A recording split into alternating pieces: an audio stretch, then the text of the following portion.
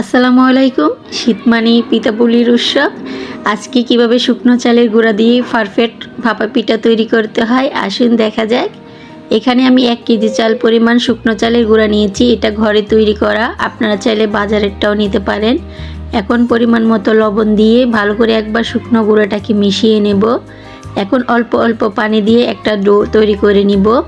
একেবারেই পানিটা দেওয়ার দরকার নেই, অল্প অল্প পানি দিয়ে ডোটা তৈরি করে নিব যতক্ষণ না ভেবে মুঠ দিলে একটা মুঠো হয়ে যায়। এইভাবে হালকা হাতে চাপ দিলে দেখবেন ডোটা তৈরি হয়ে গেছে। এখন 1 ঘন্টার জন্য আমি রেস্টে রেখে দেব। 1 ঘন্টা পর ফিরে এসেছি, দেখুন পানিটা চুষে কতটা ঝরঝরে হয়ে গেছে। এখন ছোট ছিদ্রযুক্ত একটি চালনিতে গুঁড়োগুলো আমি চেলে নেব। এতে করে পিঠাটা অনেক সুন্দর সফট ও নরম হবে। আলতো হাতে সবগুলো গুঁড়া আমি এইভাবে চেলে নেব। দেখুন দেখিয়ে দিচ্ছি খুব সহজেই কত সুন্দর করে গুঁড়াটা চালা হয়ে যাচ্ছে। এইভাবে আমি সবগুলো গুঁড়া চেলে নেব। এদিকে আমি নিয়েছি নারকেল কুড়ানো আর নিয়েছি খেজুরের গুড়, আপনারা চাইলে আখের গুড়টাও নিতে পারেন। গুড়টাকে আমি একেবারে মিহি করে কেটে নিয়েছি। আর নিয়েছি 10 টাকা দামের বাজারের যে ভাপা পিঠার বাটিগুলো থাকে সেগুলো। একটি হাঁড়িতে আমি পানি বসিয়ে দিয়েছি। এখন বাটিতে আমি পরিমাণ মতো গুঁড়া দিয়ে দিচ্ছি।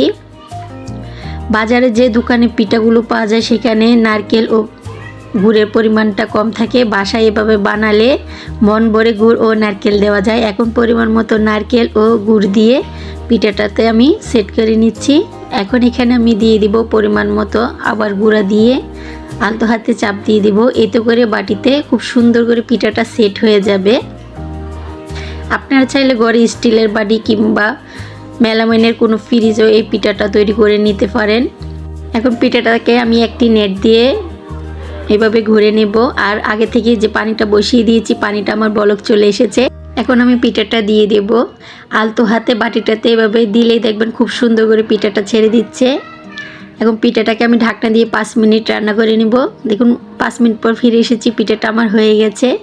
আগে থেকেই আরও একটি পিঠা আমি রেডি করে রেখে দিয়েছিলাম, সে পিঠাটাও আমি সেমভাবে দিয়ে দেব। এতে করে খুব সুন্দর করে আমি সবগুলো পিঠা বানিয়ে নেব।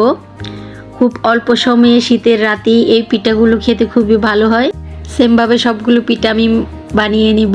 দেখুন পিঠাগুলো মাশাআল্লাহ দেখতে যতটা সুন্দর, খেতেও অনেক মজাদার হয়েছে, একেবারে তুলতুলে নরম।